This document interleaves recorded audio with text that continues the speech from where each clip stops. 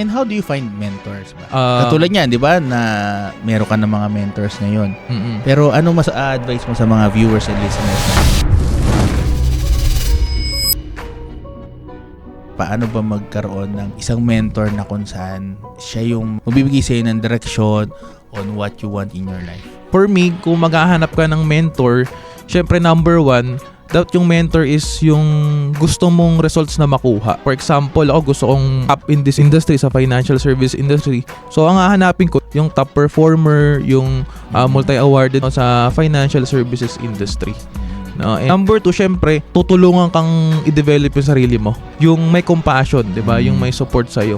Yung align kayo ng values. And number three, yung environment. Yung mentor mo, tsaka ikaw, nasa iisang environment lang kayo. Nagtutulungan sa iisang goal, sa iisang resulta to become the best version of yourself.